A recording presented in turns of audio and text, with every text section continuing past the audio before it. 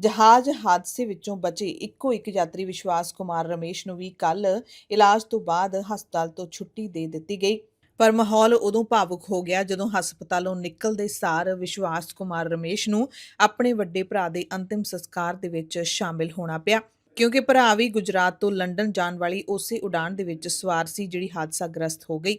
DNA test ਵਿੱਚ ਵਿਸ਼ਵਾਸ ਦੇ ਭਰਾ ਅਜੇ ਦੀ ਪਛਾਣ ਹੋਣ ਤੋਂ ਬਾਅਦ ਕੱਲ ਸਵੇਰੇ ਹੀ ਦੇਹ ਪਰਿਵਾਰ ਨੂੰ ਸੌਂਪੀ ਗਈ ਸੀ। ਵਿਸ਼ਵਾਸ ਦਾ ਪਰਿਵਾਰ ਵੀ ਬਰਤਾਨੀਆ ਤੋਂ ਇੱਥੇ ਪਹੁੰਚ ਗਿਆ ਸੀ ਤੇ ਭਰਾ ਦੇ ਅੰਤਿਮ ਸੰਸਕਾਰ ਮੌਕੇ ਜਹਾਜ਼ ਹਾਦਸੇ ਦਾ ਇੱਕੋ ਇੱਕ ਸਰਵਾਈਵਰ ਵਿਸ਼ਵਾਸ ਕਾਫੀ ਭਾਵੁਕ ਹੋ ਗਿਆ ਸੀ।